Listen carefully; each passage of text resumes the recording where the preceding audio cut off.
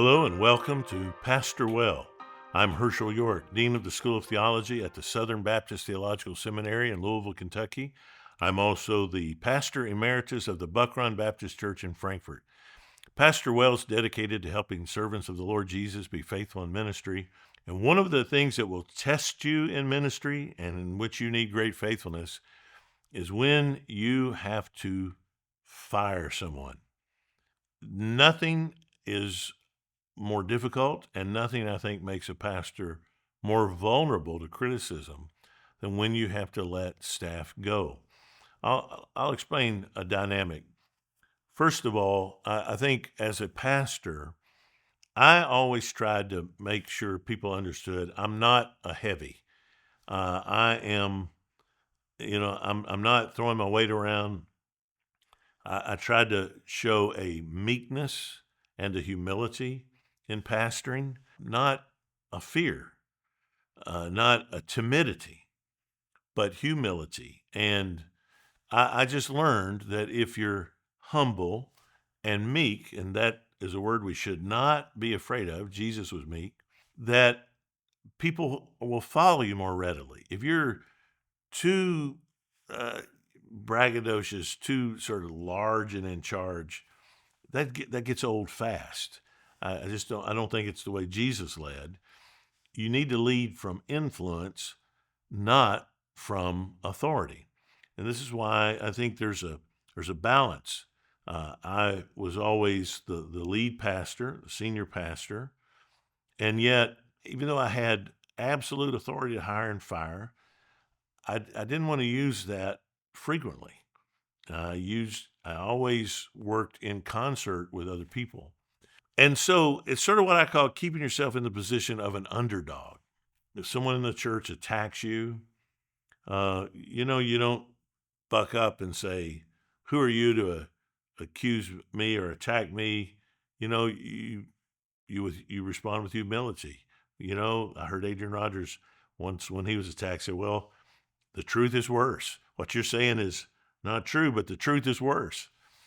Well, that's a humble response. He didn't attack the guy that was attacking him. He just admitted it. I'm a sinner. I'm broken. And I think that's our best move. The one time you can't be the underdog, the one time there's no way to make yourself look in any way meek, really, is when you have to fire somebody because you are the heavy. And furthermore, it affects if you're firing a man, he's married, he has kids, they're all going to feel that for his wife and his kids. Now, I will tell you just a truth in church life is it doesn't matter how obvious the need to fire somebody is when you do it, he has a following. And somebody, I don't care, I joke that if he was an axe murderer and you fired him, somebody's going to say you did him dirty. Now, that might be a bit of an exaggeration, but not by much. No matter how good the reasoning, no matter how right the decision, it's usually true that someone is going to be offended that you let someone go. So you need to know how to do it well, and you need to know how to handle it even when people push back on it. First of all, I believe that the lead pastor needs to have the sole authority to hire and fire. I think it's good to have a personnel team, someone that you explain yourself to, whether that's other pastors and elders or a committee. So I'm not talking about being a lone ranger and not answering to people. You need to give an account for the decisions you make. But personnel matters can't be hashed out in front of the whole congregation. There are sensitive personal issues, and it can open you up to all kinds of legal problems if you openly discuss reasons for a person's firing. In the state of Kentucky, where I pastored, for instance, you can fire somebody for just about any reason you want. But once you do, you cannot comment on it in any public way because that is considered interfering with their ability to make a living. You're then saying things that can keep them from getting work elsewhere, and courts don't look on that favorably. So you can get rid of the guy. You can say you're no longer employed here. But after you do that, you have to be quiet about it. You can't just get up and give a bunch of reasons. So this has to be handled sensitively and only by people on the inside. Obviously, you have to give some kind of an accounting, but you're going to have to explain to your church you can't discuss sensitive personnel matters. But that's why you need a team that can, but they have to keep things confidential.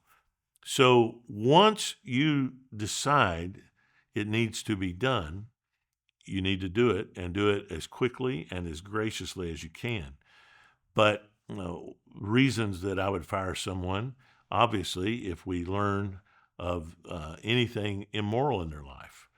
If I had a staff member that was guilty of having an affair or sexual abuse, I mean, that's not something we're going to have a meeting about. That's going to be immediately, uh, as if we ascertain that this is true, then that person has to be gone. And if you do not deal with it immediately, then it looks like you're protecting an abuser or someone who is not qualified for the ministry.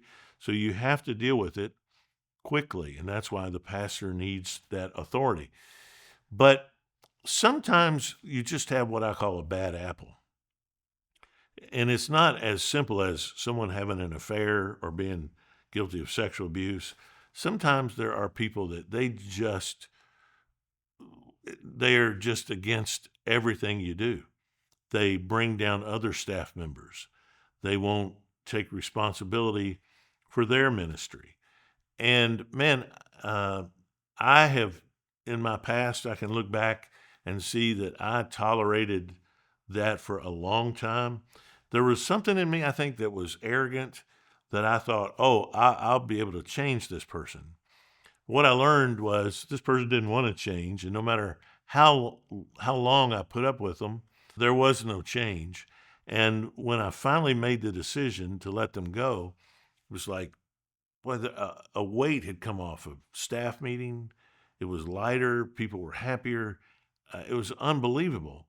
And I learned, oh, that you've got to deal with that. You've got to deal with the bad apple. And I have learned to just tell people, look, you're not happy here. You don't act happy here. You're not willing to follow my leadership.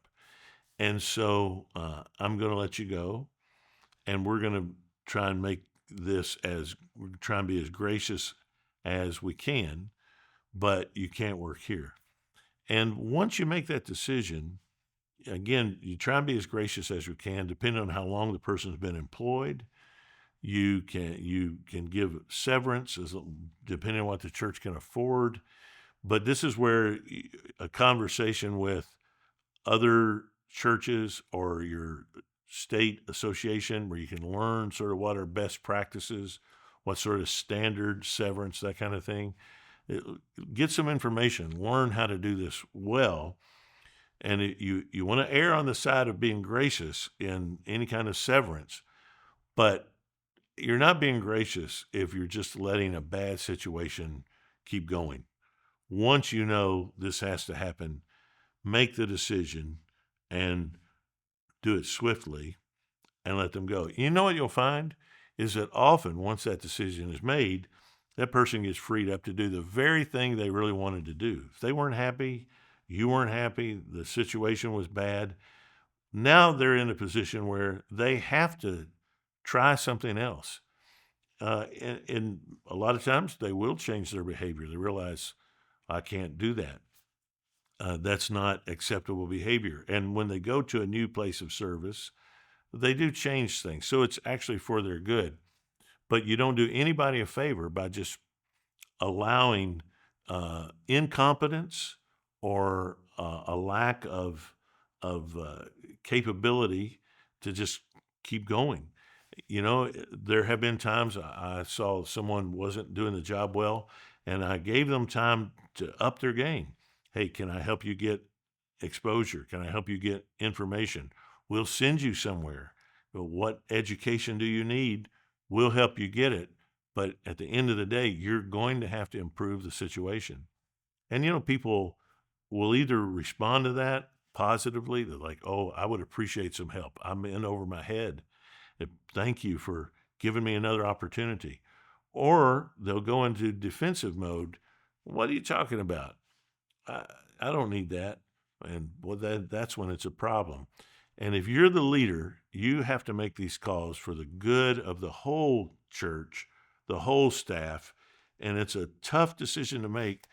Be honest. Don't say things that are not true. Short, truthful statements are always your best friend. Be direct. Be swift. Don't prolong it, but be gracious and deal with the situation. It's one of the hardest parts of pastoring. And when you do, be prepared for blowback.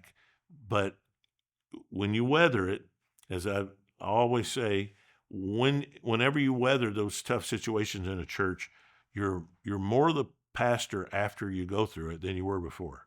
With each time you go through something like that, people give you their trust a little bit more after you get through it. It might take a little while, but it's worth it.